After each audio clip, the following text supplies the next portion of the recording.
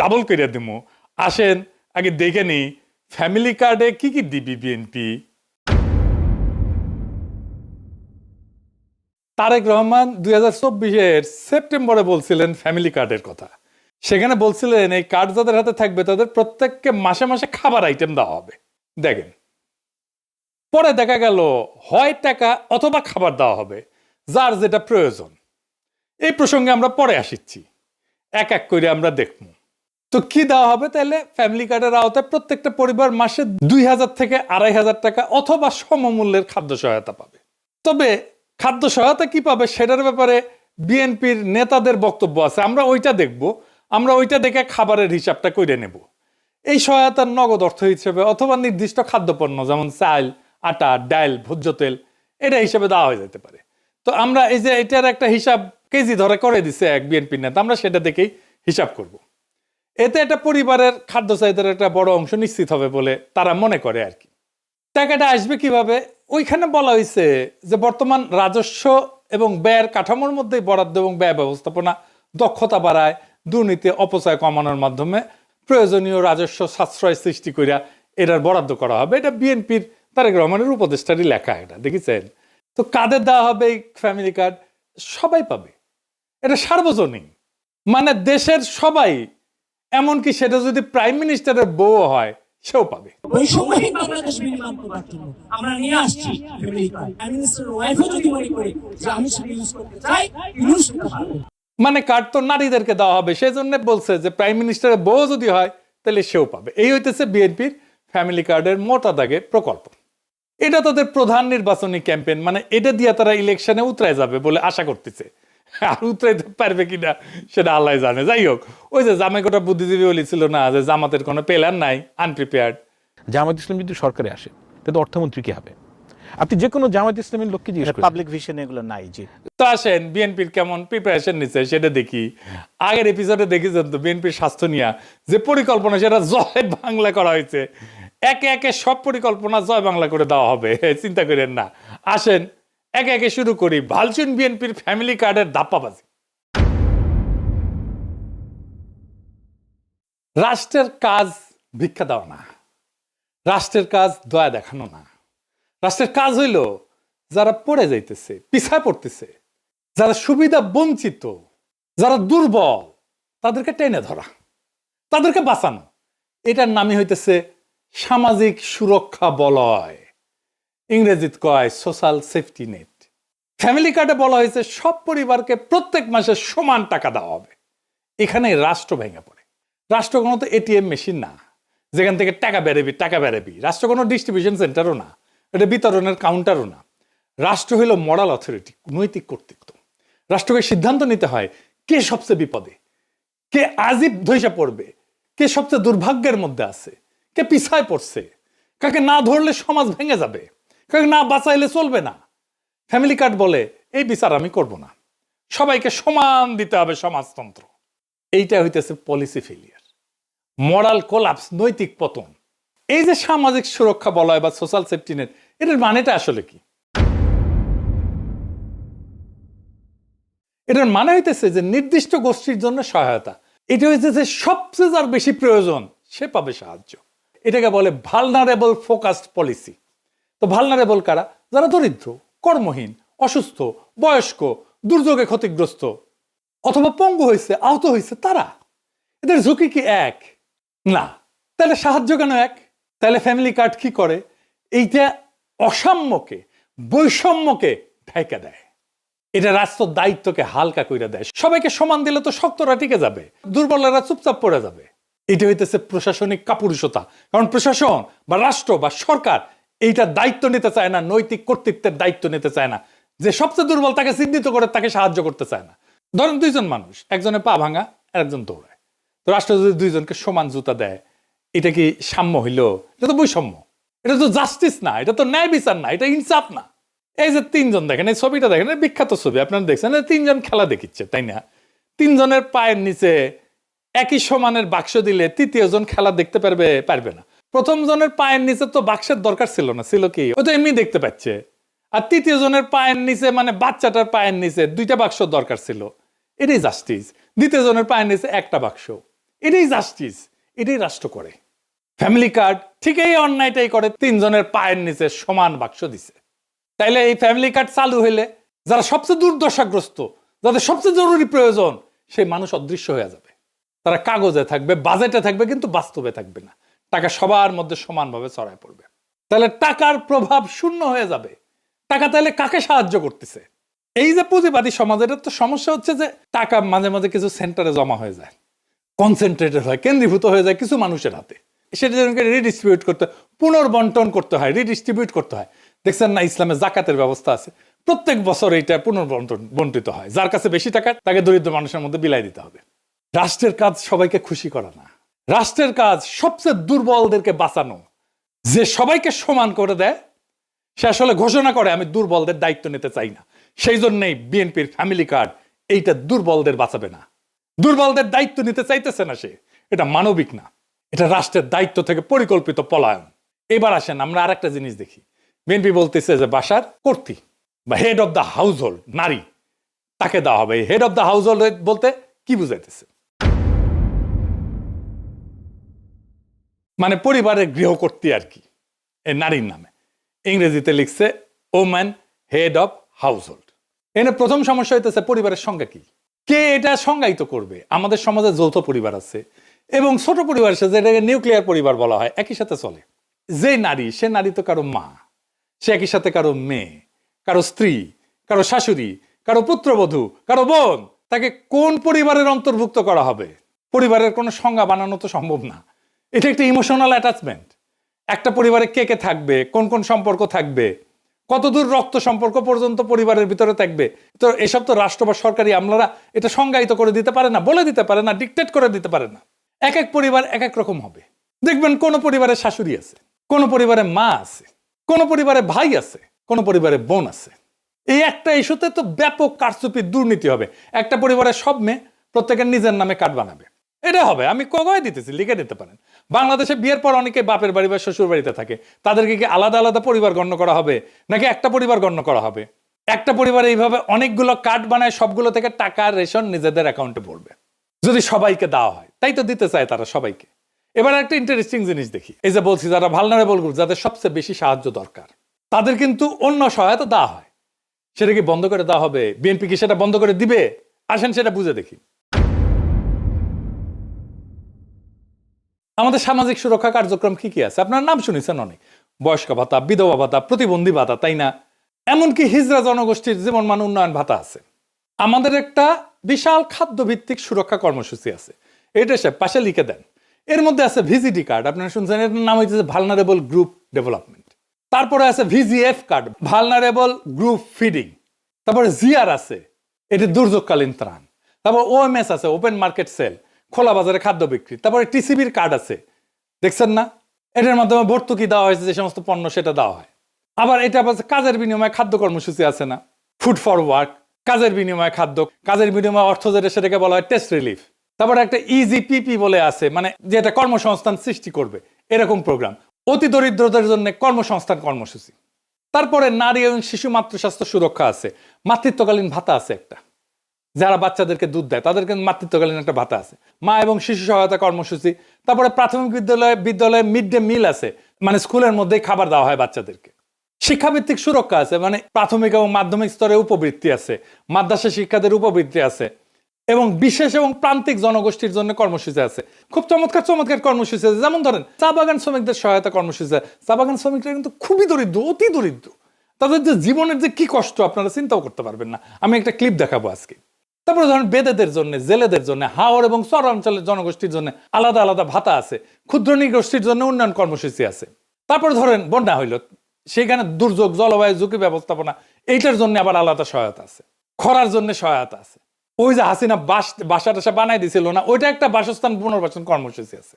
BNP বলতেছে যে এই যে ফ্যামিলি কার্ডের বার্ষিক ব্যয়, এইটা হবে 12,000 কোটি টাকা। তো এই আমি যতগুলো সামাজিক সুরক্ষার কর্মসূচি বললাম, এই বাজেটের 10%-এর মতো, 10.28 ওরা বলছে। মানে হাসিনা আমলে যেটা দেওয়া হইতো তার 10 ভাগের 1 ভাগ। কিন্তু সামাজিক সুরক্ষা কর্মসূচিগুলোর মধ্যে ওরা বলতেছে যে এটা ওভারল্যাপ আছে, মানে একই সুবিধা একাধিকবার পেয়ে যায় একজন। সেটা কমায় বিএনপি 9,500 কোটি টাকা সাশ্রয় করবে নাকি এর মধ্যে থেকে, এবং সেই অর্থটা ফ্যামিলি কার্ড স্কিমে দেবে, বুঝছেন? এই 12,000 টাকার মধ্যে 9,500 টাকা এক্সিস্টিং যে সামাজিক সুরক্ষা আছে ওইখান থেকে বাইর করে কেটে নিয়ে ফ্যামিলি কার্ডে ঢুকাবে। মানে একটু বুঝাই দিই, এই যে দেখেন চা বাগান শ্রমিক, সে একটা বিশেষ সুবিধা পায়। আগে একটু দেখায়নি, চাতে তো মজা করে খায়, চা বাগান শ্রমিকের জীবনটা কেমন, কষ্টটা কেমন দেখেন। এটা গ্রিন টি, এটা গ্রিন টি। এই পাতা আমাদের মহিলারা তুলবে। হ্যাঁ, এই এটা পাতা 23 কেজি তুলবে না, আমার ওয়াইফ 8 ঘন্টা কাজ করে 178 টাকা পাবে। 8 ঘন্টা কাজ করার পরে 23 কেজি তোলার পরে 178 টাকা পায়। জি, আর 23 কেজি কম হলে 1 কেজি প্রতি 60 টাকা মাইনাস। মানে 23 কেজি কম হলে 60 টাকা হয় না। জি, এইভাবে আপনাদের জীবন চলতেছে। কষ্ট হয় স্যার, ভালো মন্দ মন চায়। এই যে ম্যাডাম সাহেব একটা কথা বলি, হ্যাঁ, কিছু মনে নিবেন না। না, ম্যাডাম সাহেব যে 100 টাকা দিচ্ছেন না, আজকে 25 ডিসেম্বর না, জি, আমার মা বলতেছিল এখানে কলা নিব, বিস্কুট আর একটা লু বিস্কুট। মন চায়, মাছ মাংস আমাদের মন চায়। দেখেছেন, মনটা খারাপ হয়ে গেল না? এই লোকের মা ধরেন, যে যার কথা বলতেছিল ওই লোকটা, সে বয়স্ক নারী ভাতা পায় নিশ্চয়ই, আর চা শ্রমিকের ভাতা পায়, তাই না? দুইটা ভাতা পায়। এটারে বলতেছে ওভারল্যাপ, মানে তুমি তো দুইটা নিতে পারবে না। এইখানে দরিদ্র সুবিধা বঞ্চিত মানুষের টাকা সরায় না ফ্যামিলি কার্ড দিবে। টেম্পু স্ট্যান্ডে চান্দাবাজি করতে করতে অভ্যাস খারাপ হয়ে গেছে। গরিব মানুষের টাকা সরায় নিজের ভোটে যেটা রাজনৈতিক কর্মসূচি আর্থিক ব্যাস মেটাবে। সি সি সি সি রানুনি সি। আচ্ছা, আর একটা জিনিস দেখাই, তারা বলতেছে যে ক্যাশ টাকা বা খাদ্য সহায়তা দেওয়া হবে, মানে কাউকে ক্যাশ টাকা, কাউকে খাদ্য সহায়তা দেবে। কে ঠিক করবে কাকে ক্যাশ দেবে আর কাকে খাদ্য সহায়তা দেওয়া হবে? এবার আসেন দেখি খাদ্য সহায়তা দেওয়াটা আদৌ সম্ভব হবে কিনা। বিএনপি নেতারা বলতেছে ফ্যামিলি কার্ডের মাধ্যমে সবাইকে প্রত্যেক মাসে 25 কেজি চাল, 5 কেজি আলু, 2 কেজি ডাল, 2 লিটার তেল, 1 কেজি লবণ ফ্রিতে দেবে বিএনপি। বেনে বেনে করছি না, বিএনপি নেতারাই করছে, শোনেন। আমরা প্রত্যেকটা পরিবারের নারী সদস্যর নামে একটা করে ফ্যামিলি কার্ড প্রদান করব।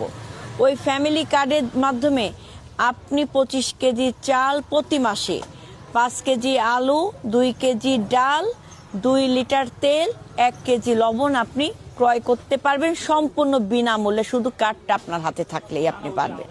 হাঙ্গারে কাঁঠাল রানী 2009 সালে সবাইকে 10 টাকা কেজি ধরে চাল খাওয়ানোর লোভ দেখায় ক্ষমতায় এসেছিল। হ্যাঁ, খাওয়ানোর লোভ দেখায় ক্ষমতায় আসাটা বাংলাদেশের বড় দলগুলোর খাইসলত হয়ে গেছে। বাংলা মার্টিন লুথার কিং কাঁঠাল রানীর চেয়ে এক ধাপ আগায় সবাইকে ফ্রি চাল খাওয়ানোর প্রতিশ্রুতি দিচ্ছে। খালি ফ্রি চাল না, সাথে ফ্রি আলু, ডাল, লবণ, তেলও থাকতি। দেশের সরকারি হিসাবে ধরে নিলাম আনুমানিক 4 কোটি পরিবার আছে। যদিও ফ্যামিলি কার্ড হইলে কারচুপির মাধ্যমে এই সংখ্যা বহুগুণ বৃদ্ধি হবে। দেখবেন এই 4 কোটি পরিবারকে প্রত্যেক মাসে বাংলার মার্টিন লুথারের প্রতিশ্রুতি অনুযায়ী 25 কেজি চাল, 5 কেজি আলু, 2 কেজি ডাল, 2 লিটার তেল, 1 কেজি লবণ যদি ফ্রিতে দেওয়া হয়, তাহলে 35 কেজি খাদ্যদ্রব্য, 35 কেজি সব মিলে সরকারকে 4 কোটি পরিবারের প্রত্যেককে মাসে 35 কেজি খাদ্যদ্রব্য প্রত্যেক গ্রামে ফ্রিতে সরবরাহ করার এটার যে ক্যাপাসিটি, লজিস্টিক্যাল ক্যাপাসিটি, সেটা তৈরি করতে হবে। গুদাম লাগবে, ট্রান্সপোর্ট লাগবে। এটা কত বড় সংখ্যা, এটা বাংলার মার্টিন লুথার কিং অঙ্ক করে দেখছে কিনা আমি জানি না। যদিও তিনি নিজের ভাষাতে এক বক্তৃতায় বলছে তিনি অঙ্কে নাকি কাঁচা। তুমি যে বললে তোমার অঙ্ক করতে ভালো লাগে না, তোমাকে একটা সিক্রেট কথা বলি, অঙ্ক কিন্তু আমারও খুব ভালো লাগতো না, অঙ্ক দেখলে আমিও ভয় পেতাম।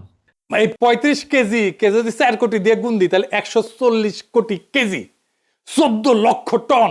সরকারকে বছরে 14 সাথে 12 গুণ করেন, এত লক্ষ টন বা অতিরিক্ত 2.25 কোটি টনের মতো নতুন খাদ্য গুদাম বানানো লাগবে। বর্তমানে সারা দেশে সরকারি খাদ্য গুদাম আছে 20 থেকে 25 লাখ টনের মতো, এটা করতে পারে।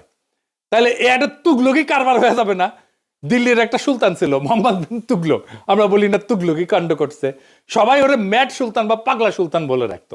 সেরকম উদ্ভট সব প্রজেক্ট করে সালতানাতকে দেউলিয়া বানায় ফেলছিল। বাংলার মার্টিন লুথারও একই পথে হাঁটা শুরু করেছে। দেশে বর্তমানে যে সমস্ত সরকারি খাদ্য গুদাম আছে সেখানে ব্যাপক দুর্নীতি হয়। কৃষক সরকারি আমলা কর্মচারীকে ঘুষ না দিলে সেখানে নিজের ফসল বেচতেই পারে না, পারে গুদাম থেকে খাদ্যশস্য লোপাট হয়ে যায়। সরকারি কর্মকর্তা কর্মচারীরা গুদামের খাবার ব্ল্যাক মার্কেটে চুরি করে বেচে দেয়। ফ্যামিলি কার্ডের মাধ্যমে এই প্রক্রিয়া আরো ব্যাপক এবং ভয়াবহ রূপ ধারণ করবে। মানুষজনে ভেনেজুয়েলার মতো প্রত্যেক জেলায় জেলায় লম্বা লাইন ধরে দাঁড়াবে খাদ্য গুদামের সামনে রেশনের জন্য। সোভিয়েত রাশিয়া এরকম লাইন ধরে ধরে রেশন দেওয়া হইতো, জানেন না? সোভিয়েত আমলে, সমাজতান্ত্রিক আমলে, কমিউনিস্ট আমলে, জানেন না, লাইন ধরে ধরে দেওয়া হইতো। তো ওইখানে লাইন দেখলে পাবলিক দেড়ে যেত আর কি। এইটা হবে এইখানে সরকারি আমলা যেখানে বসে বসে এক এক করে সবাইকে অল্প অল্প করে খাবার বিতরণ করবে, আর লম্বা লাইন, এই লাইন আর শেষ হবি না। সরকারি আমলারা এইসব করতে গিয়ে দুর্নীতি আর ভজঘট লাগায় খাবার শর্ট করে ফেলবে সবার জন্য। আর এই খাবার বিতরণের লোকজন কোথায়, লোকবল কোথায়, কে বিতরণ করবে? এর কোনো হিসাব আছে? গুদামে খাদ্যদ্রব্য রেখে পচায় ফেলবে সরকারি কর্মচারীরা, পচা মাল মানুষজনকে খাওয়াবে, ভালো মাল সরকারি কর্মকর্তা কর্মচারীরা ব্ল্যাক মার্কেটে বেচে দিবে, নিজেরা খাবে আর মাল পানি কামাবে। এটা নিয়ে দেশে ভয়াবহ রাইট লাগবে, দাঙ্গা লাগবে ভবিষ্যতে। বাঙ্গুদের বিয়ে বাড়িতে মাংসের পিস কম পড়লে মারামারি শুরু হয়ে যায়। আর আমাদের বাংলার মার্টিন লুথার কিং সারা দেশে সবাইকে মাসে মাসে ফ্রি খাওয়ানোর প্রতিশ্রুতি দেয়। বাজারে কোনো কিছু কিনতে হলে টাকা লাগে, টাকা হচ্ছে কোনো বস্তু বা সেবার প্রতি কারো একটা ক্লেম, তাই না? টাকা নকল করে ছাপানো অসম্ভব না হইলেও অনেক কঠিন কাজ, তাই না? কিন্তু এই যে ফ্যামিলি কার্ড বা রেশন কার্ড বা কুপন, এটা 2 নম্বর করে ছাপানো একদম সহজ কাজ, 1-2 এর ব্যাপার, এটা যে কেউ পারবে। এই জন্য এইসব ক্ষেত্রে ভয়াবহ জালিয়াতি হবে। ভারতের রেশন সিস্টেম আছে এবং সেটা মারাত্মক একটা অদক্ষ এবং দুর্নীতিপ্রবণ একটা ব্যবস্থা। ভারতে কোটি কোটি কোটি ভুয়া রেশন কার্ড আছে। এর জন্য অর্থনীতির জন্য একটা মারাত্মক বোঝা। দেখেন, সরকার কৃষককে ভর্তুকি দিয়ে সার বিতরণ করে না? আমরা কৃষক কার্ড নিয়েও আসিচ্ছি, দাঁড়ান। চাচা শুনে, তারেক রহমান সাহেব যে আপনার জন্য কৃষক কার্ড করছে এটা আপনি জানেন? একটা কৃষক কার্ড করছে যে, জানেন এই কৃষক কার্ডে কি থাকবে জানেন? এই যে দেখেন, এরকম একটা কৃষক কার্ড দিবে যেখানে মেয়াদ দেওয়া থাকবে, কার্ড নাম্বার থাকবে, ঠিক আছে, নাম থাকবে, পাশে আপনারা ছবি থাকবে।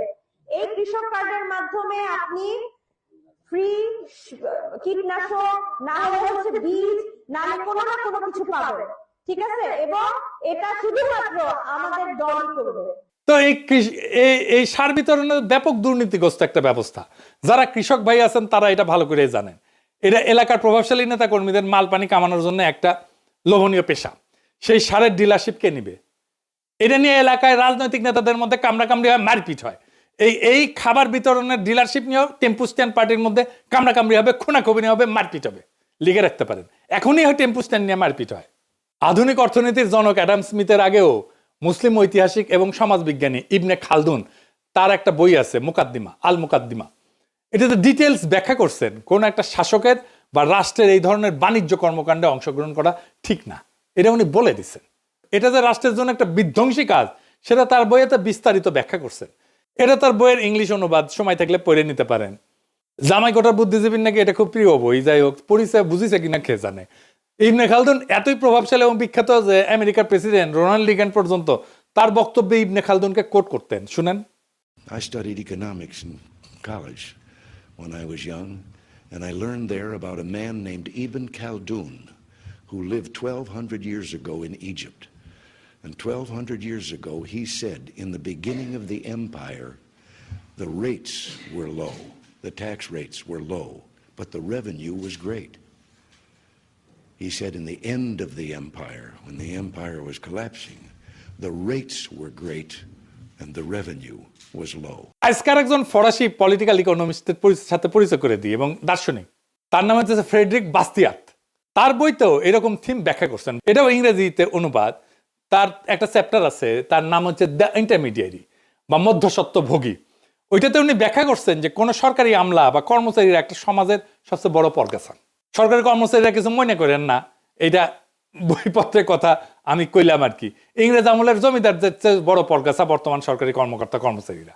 সাধারণ জনগণ ব্যবসায়ীর টাকায় এদের বেতন ভাতা হয়, আবার এরাই সেই জনগণের কাছ থেকে ঘুষ নেয়, মাল চুরি করে, টাকা না পেলে কাজ করে না, ফাইল আটকায় রাখে, ফাইল ঠেকায় ঘুষ নেয়, আবার জনগণকে নিজের চাকর বাকর মনে করে, সান না দেখলে আবার মেজাজ খারাপ করে। সব শেষে কাসাসুল আম্বিয়া থেকে একটা গপ্প শোনাই। হযরত সুলাইমান রাদিয়াল্লাহু আনহু নিজেকে অনেক ক্ষমতাধর ধনী বাদশা মনে কইরা একবার ঠিক করছিলেন তিনি আল্লাহর সৃষ্টি পৃথিবীর সকল জীবকে একবেলা খাবার খাওয়াবেন। এইটার জন্য বিশাল রান্নার আয়োজন করলেন। ব্যাপক রান্না টান্না শেষ করে পরিবেশন করে সবাইকে দাওয়াত করছেন। ওই সময় সাগর থেকে একটা তিমি মাছ উঠে আসে। সেই তিমি মাছ উঠে এসে পুরা রান্না করে খাবার একাই খেয়ে শেষ করে ফেলে এবং বলে যে এটা তার মাত্র এক বেলার খাবার। এই গল্পের মূল শিক্ষা হচ্ছে, হযরত সুলাইমান যত ক্ষমতাধর বাদশাই হোক না কেন, আল্লাহর সৃষ্টি সকল প্রাণীর রিজিকের ব্যবস্থা করা তার সাধ্যের বাইরে। আল্লাহ তাআলা পৃথিবীর শত শত কোটি কোটি প্রাণীর রিজিকের ব্যবস্থা করেন কোনো সমস্যা ছাড়াই। কোন মানব শাসক যদি নিজেকে গড কমপ্লেক্সে ভোগা শুরু করে সিদ্ধান্ত নেয় সে কোটি কোটি মানুষকে বিনামূল্যে মাসে মাসে ফ্রিতে চাল ডাল আলু লবণ তেল এইসব খাবার খাওয়াবে, সেটা হইলে তার জন্য জীবনে সামনে বড় হোঁচট অপেক্ষা করা, আছাড়ের অপেক্ষা করতেছে। এবার আসেন আরো দুইটা গুরুত্বপূর্ণ পয়েন্ট, বাজেট আর কাকে দেওয়া হবে এটা নিয়ে আলাপ করি। বিএনপি বলছে যে প্রথম 50 লাখ পরিবারকে দিবে, ভালো কথা। বিশ্বব্যাংক বলতেছে যে 2025 সালের শেষে বাংলাদেশে অতি দরিদ্র মানুষের সংখ্যা হইতে পারে 1,58,00,000-এর মতো, আর দরিদ্র মানুষের সংখ্যা হবে 3,90,00,000-এর মতো। সো আমরা তো এই অতি দরিদ্র এবং দরিদ্র মানুষদেরকে তো সাহায্যটা দিব, তাই না? তাইলে এই মোট দরিদ্র এবং অতি দরিদ্র মানুষের সংখ্যা কত? 5,48,00,000 জন। সো বাংলাদেশে গড় পরিবারের সদস্য সংখ্যা সাধারণত ধরা হয় 4.3 থেকে 4.5 জন প্রত্যেক পরিবারে। এটা বাংলাদেশি সরকারি হিসাব এবং আন্তর্জাতিক সংস্থা এটা ব্যবহার করে। আমি মাঝামাঝি ধরে নিচ্ছি 4.5 জন পরিবারের হিসাব। তাহলে 5,48,00,000, এটাকে যদি 4.5 দিয়ে ভাগ করি তাহলে 1,22,00,000 পরিবার হইতেছে দরিদ্র এবং অতি দরিদ্র পরিবার। এর মধ্যে মাত্র 50 লাখকে কে নির্বাচন করবে? কিভাবে করবে? কোন ক্রাইটেরিয়া করবে? এই যে হারুন যে কইছে যে হারুনকে বইলে আওয়ামী লীগকে ফ্যামিলি কার্ড দেবে, উনকা শুনেন। জামাতকে কখনো ভোট দিস না, আওয়ামী লীগকে আমাদেরকে ভোট দে, আমরা তোদেরকে হারুন ভাইকে বলে তোদের সবাইকে ফ্যামিলি কার্ড করে দেবো। এবার আসেন বাজেটের প্রশ্ন। এত বিরাট প্রকল্পের খরচ সরকার কই থেকে যোগান দেবে? আর যদি তারা বলে যে আগে যেটা সামাজিক সুরক্ষা কর্মসূচি ছিল সেইটার বাইরে এটা নতুন, তাহলে এত বিরাট প্রকল্পের খরচ সরকার কই থেকে দিবে? বাংলাদেশ সরকারের বাজেট অলরেডি ওভার এক্সস্টেড। সরকারি বাজেট ডকুমেন্ট যা পড়ার শিক্ষা রাখে সে পড়লে বুঝবে সরকারের রাজস্ব এর চাইতে খরচ অনেক বেশি। এছাড়া সামনে অনেক হাসিনার রেখা যাওয়া ঋণের ইনস্টলমেন্ট শোধ করার টাইম হয়ে আসতেছে, শোধ করা শুরু হবে এই 2026 থেকে। এরপর যদি আবার বাংলা মার্টিন লুথার কিং এই সমস্ত দুর্গোগী পরিকল্পনা নিয়ে আসে, তাহলে সরকার কেবলমাত্র একভাবে এটাকে ফাইন্যান্স করতে পারবে, সেটা হইতেছে সরকারিভাবে টাকা চাপানো। এইটা হইলে যে ভয়াবহ মুদ্রাস্ফীতি হবে, বাংলাদেশ পুরা রবার্ট